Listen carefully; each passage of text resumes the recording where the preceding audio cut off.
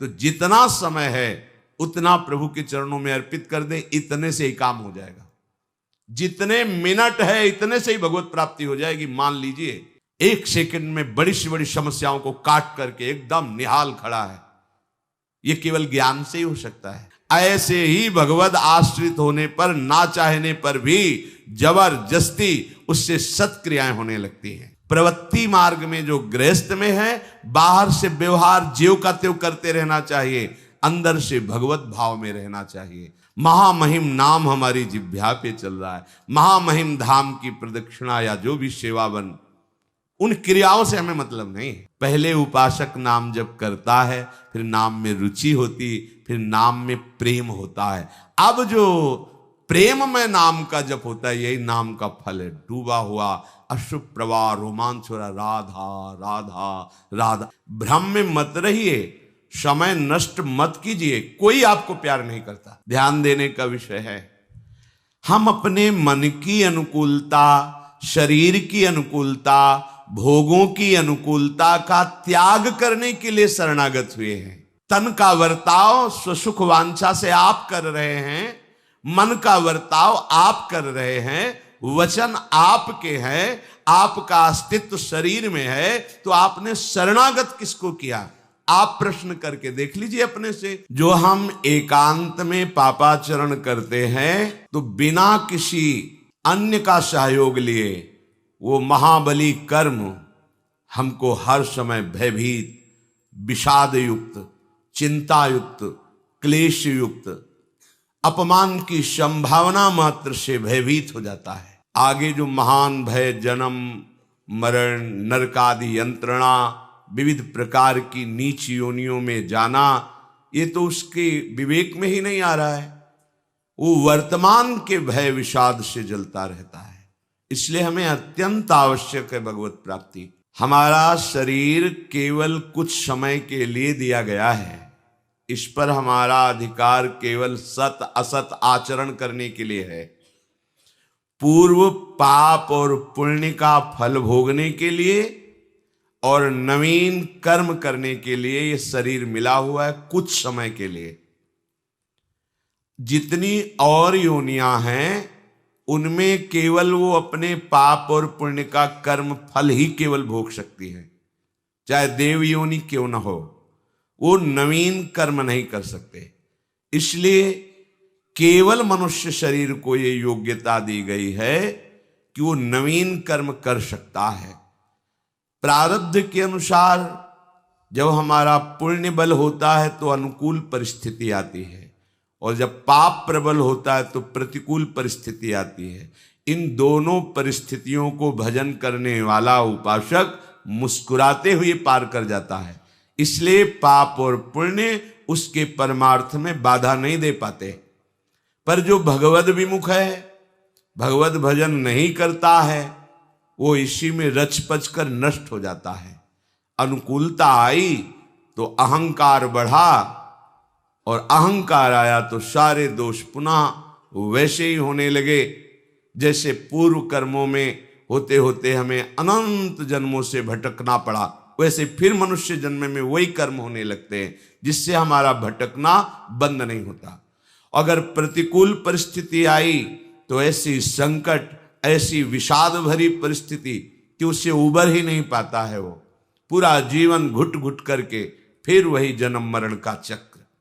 बहुत आवश्यक है हमें भजन करना, बहुत आवश्यक है हमें प्रभु से मिलना। अगर प्रभु नहीं मिले तो ये महान दुख हमें छोड़ेगा नहीं। ये बलवान कर्म के पंजे से निकल पाना बहुत कठिन है। कर्म का ऐसा पंजा है कि बड़े बड़ों को जलाता रहता है। ये ऊपर से मुंह चुपड़ी बात कह देना, मुस्कुरा देना अलग बात है। हृदय को ताप रहित करने के लिए केवल केवल भगवद आश्रय है। इसलिए बहुत आवश्यक है। हम जो भी करते हैं, हम जलना नहीं चाहते, हम अशांत नहीं होना चाहते, हम शांति चाहते हैं, शीतलता चाहते हैं, सुख चाहते हैं, प्रेम चाहते हैं, और ये जगत में है नहीं। इसलिए हमें प्रभु का आश्रय लेकर भजन करना अनिवार्य है। नहीं समझोगे भटकोगे, समझ जाओगे इसी जीवन में वो सुख प्राप्त करोगे जहां दुख का लेश भी नहीं है। और जो भगवद आश्रित है तो ये सारी माया उसके अनुकूल हो जाती है। माया और कोई नहीं, मां है, ये भगवती मां है। ये त्रिगुणात्मिका माया भगवती अम्बा ही है, दूसरा कोई नहीं है। जब हम इन पर गलत भाव कर लेते हैं, हम माया के भोक्ता बनते हैं, तब हमें दंड रूप से ये क्लेश, अशांति, विषाद, जन्म, मृत्यु ये हमें प्राप्त होता है। और जब हम प्रभु की शरण में होकर प्रभु का भजन करते हैं तो ये अम्बा देखती है कि सही मार्ग से चल रहा है तो अनुकूलता प्रदान कर देती है, अर्थात जो बाधा पहुंचानी होती है उसे रोक देती है। काम, क्रोध, लोभ, मोह, मद, मत्सर सब इनकी ही शक्तियां हैं, ये सब शांत हो जाती हैं। सोचो, जिस हृदय में कोई कामना नहीं, जिस हृदय में कहीं किसी तरह का क्रोध नहीं, लोभ नहीं, मोह नहीं, मद नहीं, कैसा शीतल हृदय होगा वो। यही तो हम चाहते हैं, हमारा हृदय शांत रहे, प्रसन्न रहे। हमें कोई ऐसा प्यार करे जो अविनाशी हो, केवल हमारे लिए हमको प्यार करे, अपने स्वार्थ के लिए नहीं। जगत में कहीं भी कोई प्रेम करता है तो अपने स्वार्थ की पूर्ति के लिए आपके सामने प्रेम प्रदर्शन करता है। अगर स्वार्थ रहित कोई आपसे प्रेम कर सकता है तो वो केवल पूर्णानंद घन स्वरूप प्रभु ही कर सकते हैं, प्रियालाल ही कर सकते हैं। भ्रम में मत रहिए, समय नष्ट मत कीजिए। कोई आपको प्यार नहीं करता, अपनी अनुकूलता को प्यार करता है। आप मान लेते हैं कोई हमें प्यार करता है। अगर कोई प्यार करता है तो हेतु रहित जग जुग उपकारी, तुम तुम्हार सेवक असुरारी।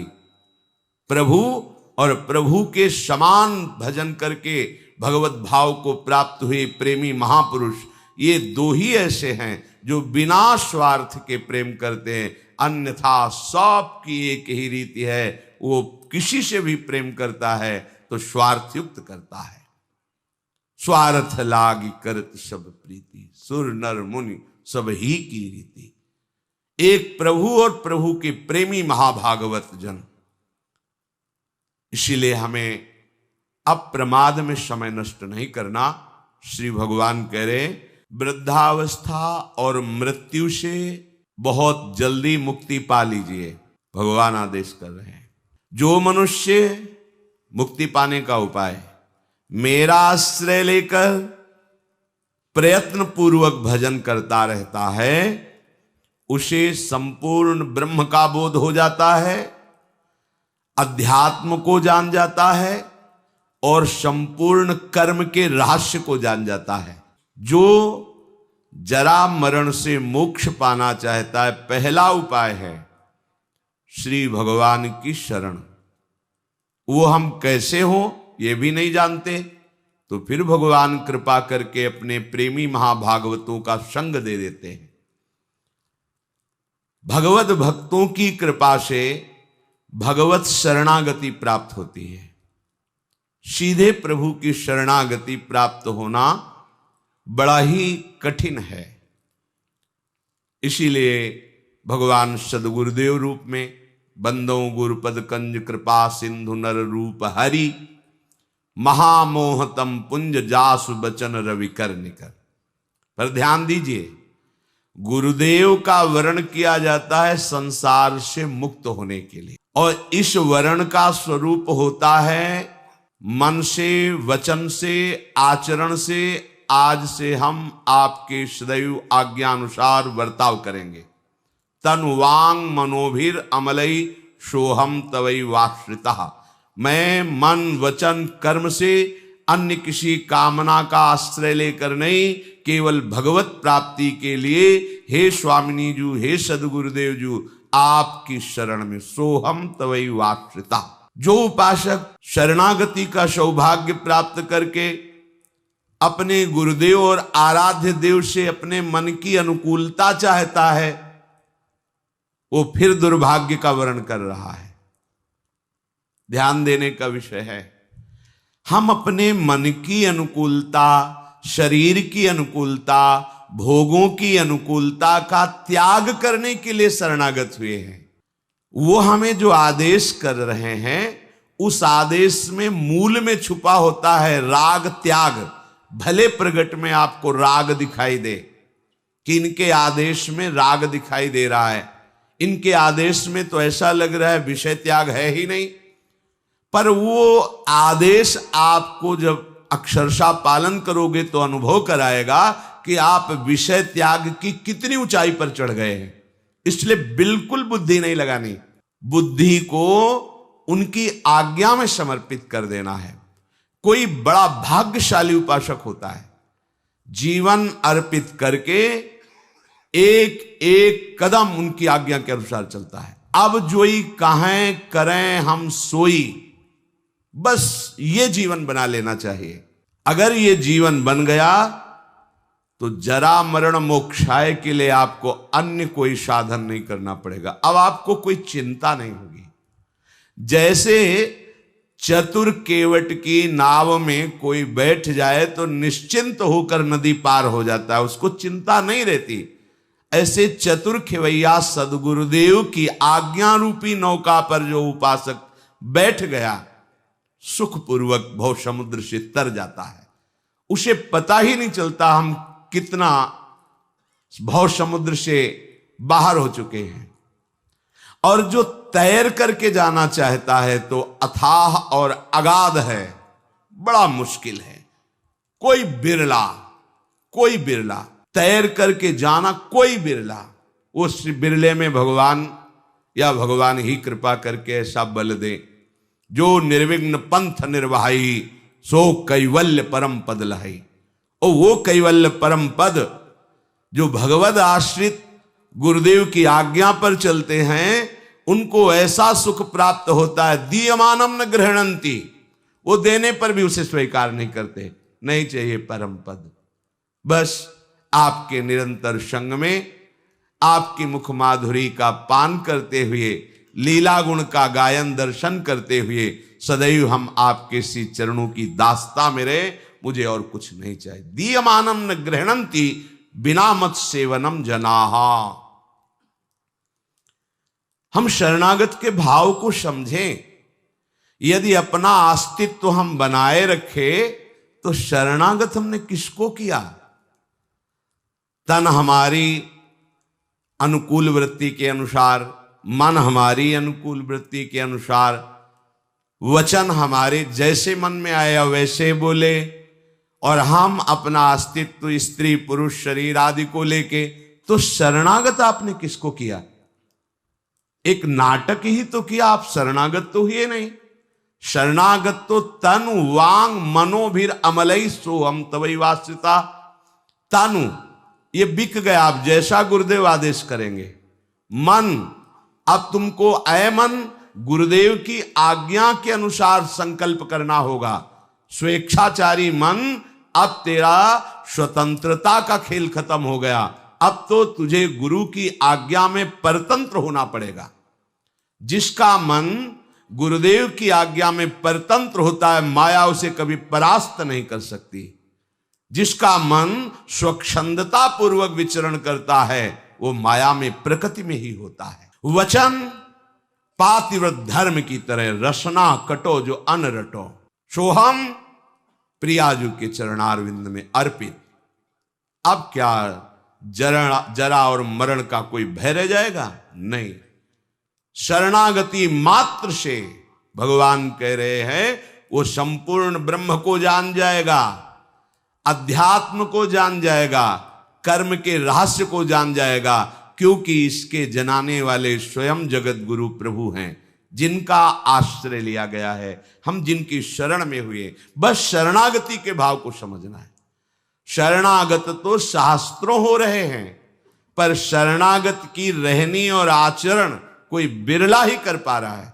अपने अहम के द्वारा प्रेरित मन के अनुसार चलना ये शरणागत का लक्षण नहीं है। आराध्य देव गुरुदेव की आज्ञा के अनुसार मन को चलाना, शरीर की संपूर्ण चेष्टाएं उनके अनुकूल करना। श्री कृष्ण अनुकूलेन प्रतिकूलस्य वर्जनम। उनके प्रतिकूल स्वप्न में भी ना मन में, ना तन में, ना वचन में कोई चेष्टा निहाल हो गए। पर ऐसा शरणागत कोई बिरला ही होता है, इसलिए कोई एक पाव भगत जिमि मोरी, कोई बिरला मेरी भक्ति को प्राप्त होता है, कोई बिरला ऐसा है जो मोक्ष पद को प्राप्त होता है, क्योंकि ये एक शरणागति का सांसारिक संबंध जैसा व्यवहार करते हैं। सब वस्तु हमारी, सब चेष्टाएं हमारी, हमारे मन के अनुकूल, बस तो हम माना शरणागत। नहीं, तुम्हारा अस्तित्व ही नहीं है। जिसने अपने आपे को मिटा दिया है वही शरणागत है। यंत्रवत जीवन जिसका चलने लगा वो भगवत स्वरूप हो जाता है। बाद में खुद अनुभव होता है कि प्रभु कृपा करके हमारे हृदय में आकर विराजमान हो गए और वो सारी चेष्टाएं करा रहे हैं। जो गुरुजन महापुरुष हैं उनकी आज्ञा पर विचार करने का अवसर नहीं होता। अब विचार करेंगे, आपने कहा है, देखेंगे कैसा होगा। ये सांसारिक वार्ता में हो सकता है, लेकिन गुरुदेव की आज्ञा पर उनके द्वारा जो आदेश दिया गया है उसमें बिल्कुल विचार की गुंजाइश नहीं होती। जैसा आदेश हुआ वैसा ही हम अपने जीवन में, क्योंकि हमारा जीवन गुरुदेव का जीवन है। सच्चा शिष्य वही है जो गुरुमय हो जाए। सच्चा शरणागत प्रभु का वही है जो भगवनमय हो जाए, तन्मया। ये अनुभव होने लगे कि ये शरीर गुरुदेव का, ये मन गुरुदेव का, इसकी चेष्टाएं गुरुदेव की, और मैं स्वयं गुरु स्वरूप। ये हुआ शिष्य का स्वरूप। शिष्य की पवित्र शिष्यता गुरु की महामहिमा में ऐसे लीन हुई कि शिष्य शिष्य नहीं रह गया, वो गुरु स्वरूप हो गया। जानत तुम्हें तुम्हें हो जाए, तन मन वचन सब गुरुदेव स्वरूप हो गए। अब हो गई पूर्णता। जरा मरण मोक्षाय स्थिति अपने आप हो गई, क्योंकि इसी का तो भय था, और जिसका भय था वो समर्पित हो गया, और ऐसी जगह समर्पित हुआ कि जिसका था, जिसका है, जिसका रहेगा, उसी का हो गया। मेरा माना हुआ भ्रम नष्ट हो गया। समझिए, मेरा माना हुआ भ्रम नष्ट हो गया। ये भ्रम नष्ट हो जाना ही विशुद्ध ज्ञान है। जा सुकृपा सब भ्रम मिट जाई। भ्रम बना रहता है, क्यों? शरणागति कच्ची है। हम कहलाते शरणागत हैं, पर किसको शरण किया? आप खुद प्रश्न करके देख लो अपने में। तन का वर्ताव स्वसुख वांछा से आप कर रहे हैं, मन का वर्ताव आप कर रहे हैं, वचन आपके हैं, आपका अस्तित्व शरीर में है, तो आपने शरणागत किसको किया? आप प्रश्न करके देख लीजिए अपने से, आपको उत्तर मिलेगा अहंकार को। अगर आप अब भी संभल जाए तो जितना समय है उतना प्रभु के चरणों में अर्पित कर दें, इतने से ही काम हो जाएगा। जितने मिनट है इतने से ही भगवत प्राप्ति हो जाएगी। मान लीजिए, शरणागत का बहुत बड़ा प्रताप होता है, पर अपना अस्तित्व हम नहीं मिटा पाते हैं, इसलिए अनुकूलता की मांग होती है। हम देखते हैं उपासकों को, अनुकूलता की मांग ही गुरुदेव की, आराध्य देव की कृपा समझी जाती है। ऐसा नहीं है। ये अनुकूलता प्रतिकूलता बाह्य परिस्थिति है।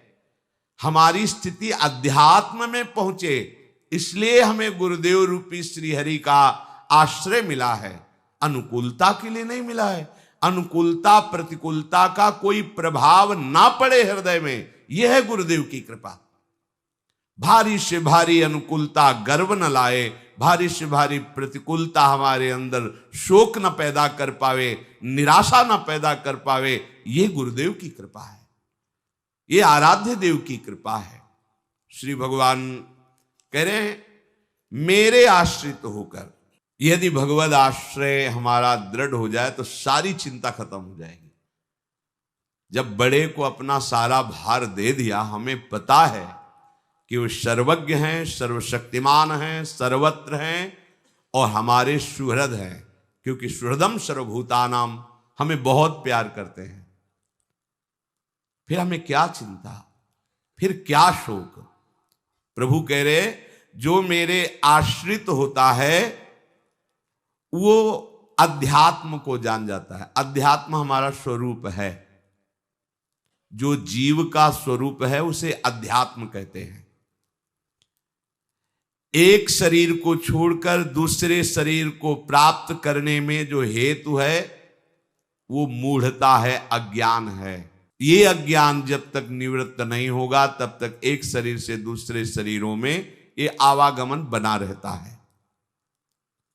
जिसको भगवद आश्रय से ज्ञान चक्षु प्राप्त हो गए हैं उसे विवेक कहते हैं, विशुद्ध विवेक। एक सेकंड में बड़ी से बड़ी समस्याओं को काट करके एकदम निहाल खड़ा है। यह केवल ज्ञान से ही हो सकता है, किसी के सहयोग से नहीं, अन्य किसी सामर्थ्य से नहीं।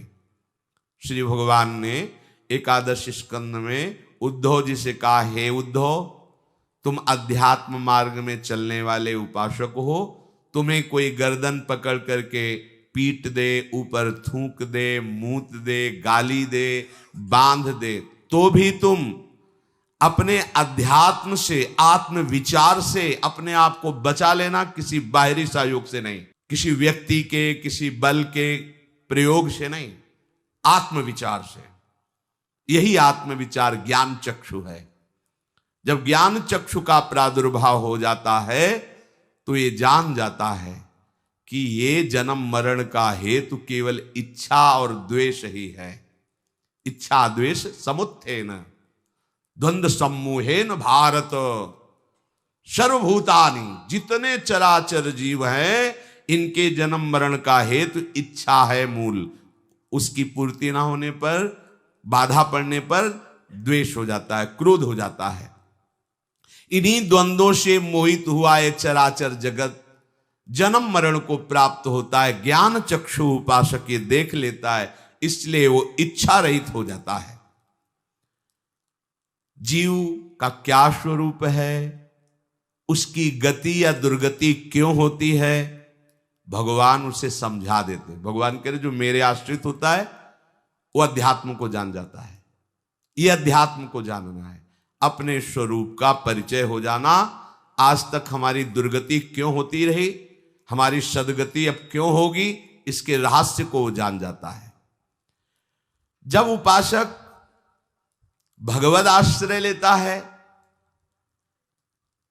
तो वो अपने स्वरूप की तरफ चलता है। जब जगत का आश्रय लेता है तो वो देह और भोगों की तरफ चलता है।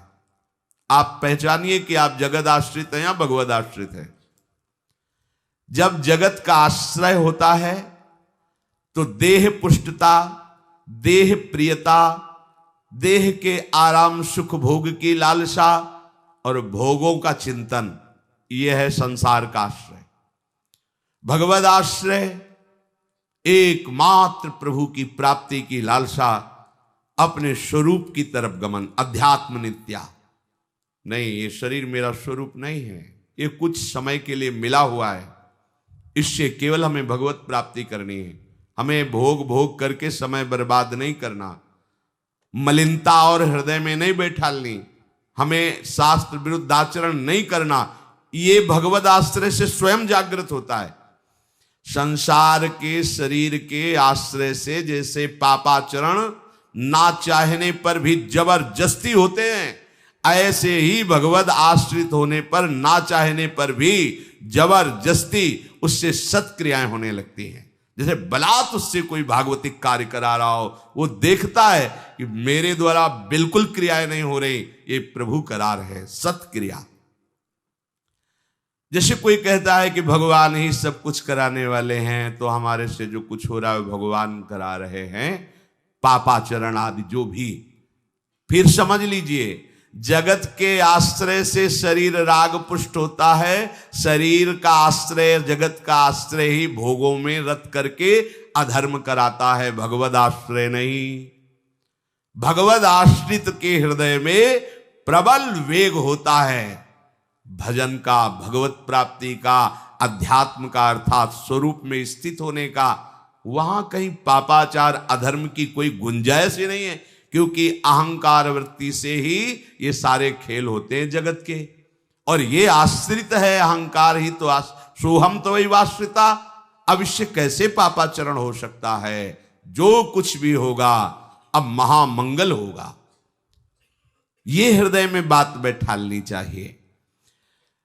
जब भगवद आश्रित होता है उपासक, ध्यान दीजिए, तो उसका समस्त शरीर संबंधियों से संबंध विच्छेद हो जाता है अंदर से, चाहे वो गृहस्थ हो चाहे विरक्त हो। देख लेना, जब हृदय से भगवद आश्रय ले लिया तो इसका प्रभाव होता है, सुत बनिता आदि जान स्वार्थ रत ना करू नेह सभी से। वाणी से नहीं बोलेगा, गृहस्थी में है वैसा नहीं बोलेगा, व्यवहार वैसे ही करता नजर आएगा जैसे आसक्त पुरुष करता है, पर उसका आसक्ति कहीं नहीं होगी, राग कहीं नहीं होगा, क्योंकि वो भगवद आश्रित है। भगवत प्रसन्नता के लिए उसके हृदय में बात बैठ गई है, नाथ सकल संपदा तुम्हारी, मैं सेवक समेत सुत नारी। और जो विरक्त है कदापि कहीं किसी भी संबंध को स्वीकार नहीं करता। भगवद आश्रित तो नाते नेह राम के मनियत, सुहृद सुसेव्य जहां लो। अगर अब पार्थिव संबंधों का महत्व रहा तो आपने अभी भगवद आश्रय नहीं लिया है। तात मात सुत दार देह में मति अरुझय मति मंदा, हित किशोर को होय चकोर तू लख वृंदावन चंदा। ये भगवद आश्रित का लक्ष्य होता है। रसिक मंडली में या तन को नी के ढंग लगाओ, दंपति यश गाओ हर्षाओ, हितसो रीज रिझाओ। ये उसकी वृत्ति होती है।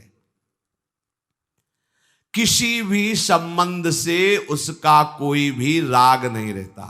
चलो हमारा राग नष्ट नहीं हुआ, पर हम नाटक करते हैं इस बात का, क्योंकि विरक्त मार्ग में हमारा कोई नहीं, अंदर से प्रियता है पर बाहर से हम त्याग करते हैं तो अंदर की प्रियता प्रभु का आश्रय हटा देगा। जो जगत के संबंधों में प्रियता है, स्नेह है, इसको निवृत्ति मार्ग पर उपासक को प्रगट में भी और अंतर में भी दोनों से हटा देना चाहिए। प्रवृत्ति मार्ग में जो गृहस्थ में है, बाहर से व्यवहार ज्यों का त्यों करते रहना चाहिए, अंदर से भगवत भाव में रहना चाहिए। सब प्रभु का है, प्रभु के लिए है। अब कोई पधारे तो भी कोई उसको शोक नहीं, जन्मे तो कोई उसको हर्ष नहीं। श्रीवास जी के आंगन में महाप्रभु चैतन्य देव अपने परिकर के साथ कीर्तन कर रहे हैं। कुछ दिन से उनका पुत्र बीमार था, एक ही पुत्र था, पधार गया। दासी ने कान में आके कहा श्रीवास से कि वो पुत्र पधार गया। उनका दोबारा यहां आवाज नहीं, महाप्रभु जानने न पावे। कीर्तन में कोई विक्षेप नहीं होना चाहिए, और बजा बजा के करताल हरि बोल हरि बोल, जोर जोर से कीर्तन, जैसे कोई बहुत बड़ी संपत्ति मिल गई हो, ऐसे नाचने लगे। पर महाप्रभु का कीर्तन रुक गया। महाप्रभु ने कहा क्या बात, हमारा भाव शुष्क हो रहा है, कोई शोक हो गया क्या? श्रीवास ये सुन ही नहीं रहे, कीर्तन में मगन है। किसी ने कहा श्रीवास जी का पुत्र पधार गया।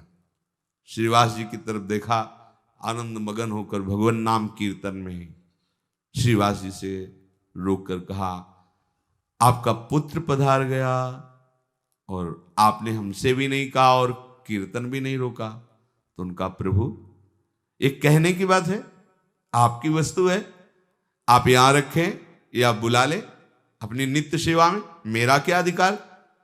देखिए मेरा। और प्रभु रही शोक की बात, तो जिनका नाम अंतिम समय स्मरण में आ जाए तो जीव परम गति को प्राप्त होता है। वो साक्षात हमारे आंगन में खेल रहे हैं, नृत्य कर रहे हैं और महामहिम भगवान नाम गूंज रहा है। अब उस जीव के कल्याण में कोई, तो ये तो महा उत्सव है, ये शोक करने का विषय थोड़ी।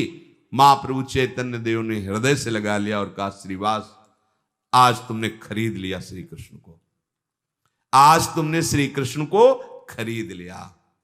ये बात समझनी। गृहस्थ में भगवत भाव से युक्त, परिवार से बिल्कुल आंतरिक मोह नहीं, पर व्यवहार मोह जैसा ही, व्यवहार में कटुता नहीं आनी चाहिए। और निवृत्ति मार्ग में, वैराग्य मार्ग में, बाहर से भी राग रहित और अंदर से भी राग रहित। भगवद आश्रय की रहस्य को जानने वाला उपासक किसी भी क्रिया से अपना संबंध नहीं रखता। ध्यान रखना, सब भागवतिक क्रियाएं हैं पर हमारा संबंध नहीं। संबंध इससे कुछ फल की प्राप्ति। परिक्रमा लगा रहे हैं, प्रभु की प्रेरणा लगा रहे हैं, इसका क्या फल है? हमें कुछ नहीं चाहिए इसका फल, क्योंकि हम कर नहीं रहे, प्रभु लगवा रहे हैं। ये आप कीर्तन करें, इसका क्या फल है? कीर्तन। सेवा करें, इसका क्या फल? सेवा। नहीं, कुछ तो नहीं, कुछ नहीं। हमारा जीवन भजन में हो रहा, कीर्तन में हो रहा, परिक्रमा लगा रहे हैं, धाम वास कर रहे हैं, इसका फल क्या है?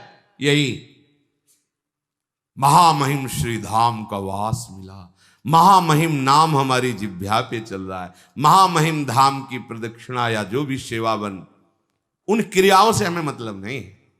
मेरे प्रभु कृपा करके मुझे अपने समीप रखे और जैसी चेष्टा करा रहे, उसका कोई फल की आकांक्षा नहीं होती। श्री हरिवंश नाम नित कहो, नाम प्रभाव नाम फल लहो, क्या? नाम हमारी गति सदा। नाम का फल क्या है? नाम में प्रीति हो जाना। पहले उपासक नाम जप करता है, फिर नाम में रुचि होती, फिर नाम में प्रेम होता है। अब जो प्रेम में नाम का जप होता है, यही नाम का फल है। डूबा हुआ अशुभ प्रवाह, रोमांच हो रहा, राधा राधा राधा। अब उसको क्या चाहिए? किसी भी क्रिया से संबंध नहीं होता। अब क्रिया का संबंध और क्रिया संबंध रहित परिचय। आप परिक्रमा लगा रहे हैं, आधी परिक्रमा हो गई, आपको आदेश हुआ, आप तुरंत आ जाइए, आपकी ये सेवा है। एक बार भी मन में नहीं होना चाहिए कि परिक्रमा पूरी नहीं हुई। एक बार भी मन में नहीं आना जी। क्यों? बिका हुआ हमारा जीवन है, हमें ना परिक्रमा से मतलब है, ना हमें किसी अनुष्ठान से मतलब, हमें आदेश से मतलब है। या कोई घटना घटी आपकी परिक्रमा नहीं, आपको दुख नहीं होना चाहिए। प्रभु की जैसी इच्छा, जोई जोई प्यारो करे, सोई मुहि भावे, मोहि भावे। ये भगवद आश्रित का स्वरूप है, ये भगवत समर्पित का स्वरूप है। इसीलिए भगवान बार बार कह रहे कि क्रिया की पूर्णता में नहीं, तुम कर रहे हो उसकी सिद्धि असिद्धि में समान भाव, क्षमता का भाव, ये उस क्रिया के फल से अनंत गुना बढ़ करके है। उस क्रिया में समान भाव, प्रमादवश नहीं छोड़ना। कोई भागवती कैसा आदेश आ जाए या दुर्घटना हो गई या किसी घटनावश शोक नहीं करना। आप परिक्रमा लगाएं, कुछ ऐसी बात हुई, परिक्रमा छूट, कोई परेशानी नहीं। आप बिल्कुल वैसे ही प्रसन्न मुद्रा में, क्योंकि हमको उससे कुछ लेना ही देना नहीं था। प्रभु करा रहे थे, हो रही थी, रोक दिया, रुक गई। हम प्रभु के आश्रित हैं। जो भगवद आश्रित होता है वो उपासक किसी भी क्रिया से अपना कोई भी संबंध नहीं रखता, क्योंकि ये शरीर प्रभु को समर्पित है। अब इसकी क्रियाएं प्रभु करवाएंगे। जो कर बड़ा साधन बन गया तो उसको कोई गर्व नहीं होता, और ऐसा लोक देखने में लगता है कोई साधन नहीं हो रहा तो उसे कोई शोक नहीं होता, क्योंकि वो इनके बल से नहीं, वो सीधे हरि के बल से है। अब गूढ़ बात का रहस्य हरिराम व्यास जी के, काहू के बल भजन को, काहू के आचार, व्यास भरोसे। मूल बात भरोसा उसको श्री लाडली जी के चरणारविंद से, न क्रियाओं से है न भजन से है। अभी ऐसी विक्षिप्तता में भजन रुक गया तो हमारी लाडली जो है ना संभाल लेगी। अगर अभी बिना भजन के शरीर छूट गया, हम भगवद आश्रित है, कोई ऐसी मूर्छा अवस्था, कोई ऐसी अवस्था, तो वो कह रहे उस समय मैं स्वयं आती हूं, वो आ जाएंगे। क्या हमें परेशानी? कितनी निश्चिंतता, कितनी बेपरवाही। वो अपने स्वरूप को जान जाता है, ऐसा भगवद आश्रित उपासक। स्वरूप को जानने का मतलब सही माने में हमारा जो स्वरूप है उसका किसी क्रियाहीनता से या क्रिया उत्तमता से कोई फर्क नहीं। वहां क्रियाओं की पहुंच ही नहीं, अपने स्वरूप कोई आवश्यकता नहीं, न सत्क्रिया न असत्क्रिया, स्वरूप की। अब वहां तक पहुंचे नहीं इसलिए है चलो ऐसा करो ऐसा ना करो। इसका परिणाम होगा कि कर्ता भाव ही लीन हो गया, क्रिया रहित हो गया, अर्थात मैं नहीं कर रहा हूं। यह अनुभव होता है बड़े बड़े महापुरुषों को, जो भगवत प्राप्ति के नजदीक पहुंच रहे हैं या जो भगवत प्राप्त हो गए हैं। कुछ नहीं हो रहा, सब कुछ होते हुए कुछ नहीं हो रहा। करें करावें आप सब जनह बड़ाई दे। तीनों लोग 14 भुवनों में जितने भी चराचर जीव हैं उन सबके स्वरूप का उसे ज्ञान हो जाता है। तो अलग अलग वो चिंतन करता होगा कि चींटी का क्या स्वरूप, हाथी का क्या स्वरूप, नहीं। जैसे कांच के महल में खड़े हो तो हजारों लाखों रूप तुम्हें दिखाई दे रहे हैं, लेकिन वो किनके हैं? अपने हैं ना, तो जान गए ना लाखों रूप को। ऐसे ही आत्मा एक है, ये घड़े अनेक हैं, ये सब घड़े भास रहे हैं, इनमें एक ही आत्म तत्व है, दूसरा नहीं। जान गए 14 भुवनों में, तीनों लोकों में अनंत जीवों के स्वरूप का उसे बोध हो गया। क्यों? क्योंकि अपने स्वरूप का बोध हो गया।